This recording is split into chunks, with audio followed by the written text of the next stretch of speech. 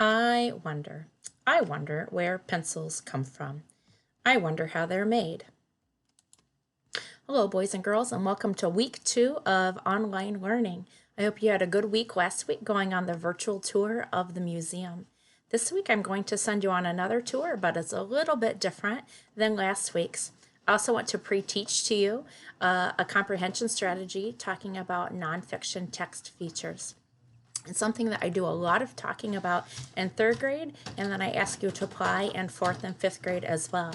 So without further ado, let's talk about some of the nonfiction text features that I want you to remember and recall, and also I want you to apply as you're going on a field trip and also looking at a pencil factory. One of the things that often occur in nonfiction text is a table of contents. You can see it off there to my left. A table of contents is something that helps you stay organized as you read through the text. You usually find it within the first couple pages of a nonfiction book, and it talks about what is going to be included in the story or also in, let's say, your social studies or your science book. On the left, it has your chapters or also what your headings are going to be. And then off to the right, it's got what pages that you can find that information on. So as you read and explore today at a pencil factory, look and see if there's a table of contents. Also, a nonfiction text feature that is often utilized is bold print. You can see down below that there are 2 bold print words. They're actually in purple or pink. In this article, it's talking about penguins, and so it's got bold words of flippers and krill. You're not going to find that today at the pencil factory, but see if there are any bold words that are there. Now, bold words, when you think about your social studies or your science book, are usually also your vocabulary words. Now, you usually want to try to use context clues and words that are surrounding those vocabulary words or your bold print to see if you can figure out what those words mean. If you can't, there's also another good nonfiction text feature that will help you, and that is your glossary. Now, your glossary is found usually in the back of a nonfiction text. Now, when you read in my class, we use Reading A to Z books, and those are found in the back. Your science books, your glossary is also found in the back. I know Michigan Studies, the glossary is found in the back. Generally, most of your nonfiction textbooks are found in the back as well. What about your Journeys textbook? Does it have a glossary? Sometimes your definitions for your bold print words or your vocabulary words will actually be found at the beginning of chapters.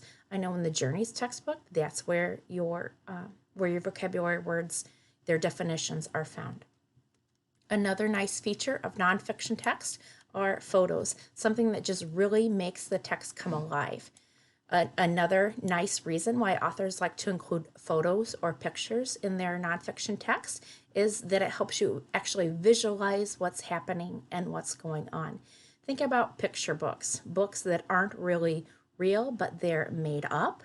Those have illustrations as well, unless you're getting all the way up into chapter books where there's not any. There's just a picture at the front.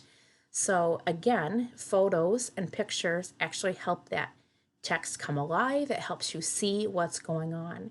So as you're going on that tour of the pencil factory today, look for pictures, look for photos. Now, those are going to be really easy to spot. So I want you to think much, much deeper with that. I want you to think about, why is the author using this picture? Why are they using that photo? What does it do to enhance or help or deepen my understanding of the words and what the author is trying to say? Going on with photos and pictures are captions. Going back a minute here, this picture right here has a caption. It's down below.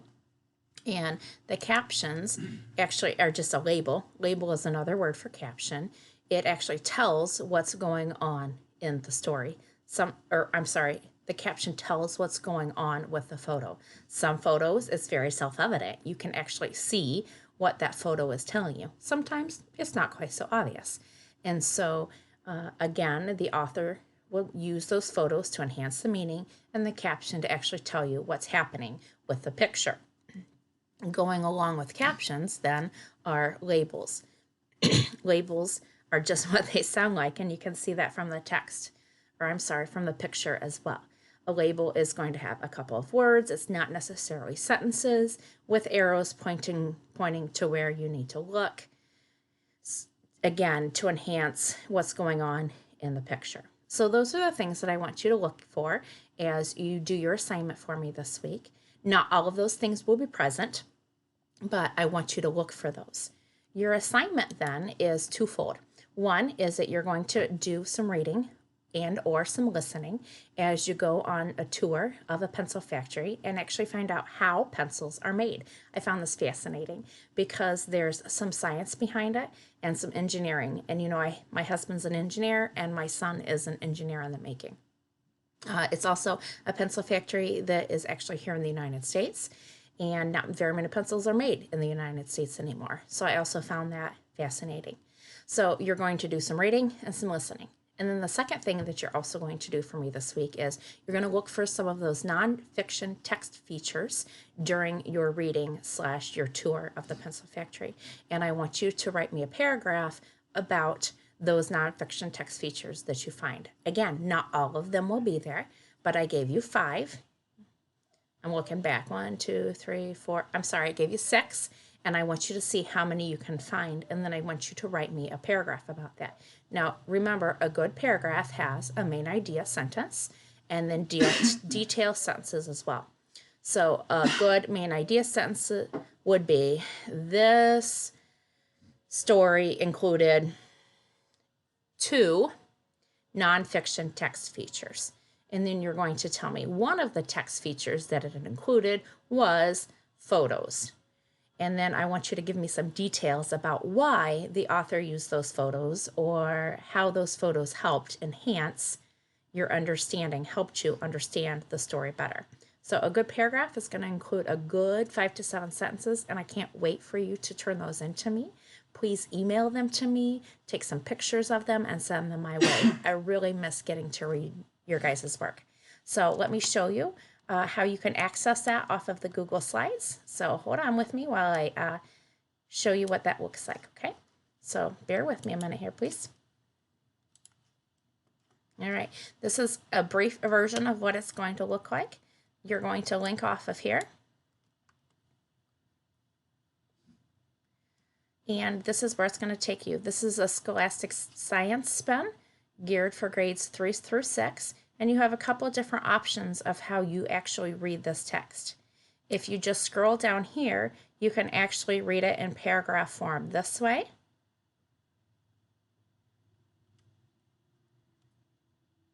And you can read down to the end here, okay?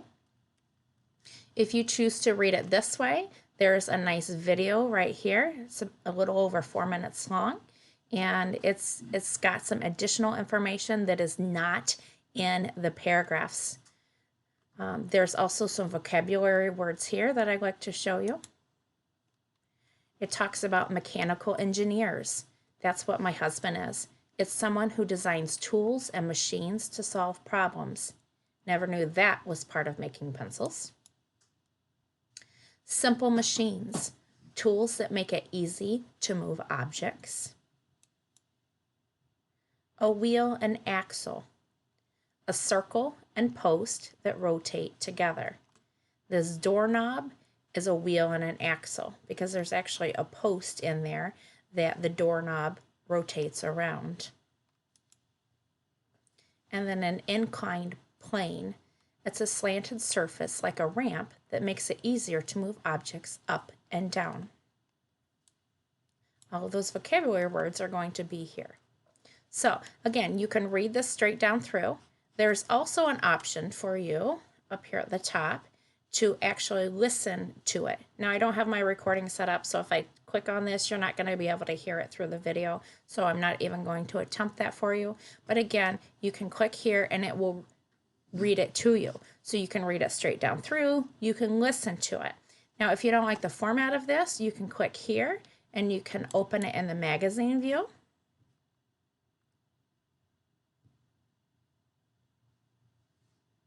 And it will open it up like this.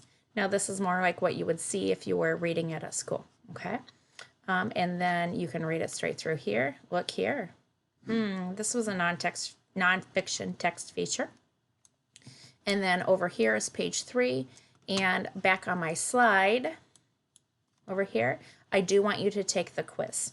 And that was on page 3. So even if you choose not to look at it in the magazine view, I do want you to go here to the magazine view, please, and complete the questions. You can do that on a separate piece of paper, and you can take a picture of that and send that to me if you like, along with your paragraph. Okay. Also, the nonfiction text features that I showed you in the video are right here on the slide as well, so you can look back at that as you write me your paragraph if you're having trouble remembering which ones you need to include. All right. So I can't wait to see your paragraphs, and I hope you really enjoy the story and begin to wonder how other things are made, and if there are any other problems that you can solve around your house with a simple machine. Have a great week, and I can't wait to see your paragraphs.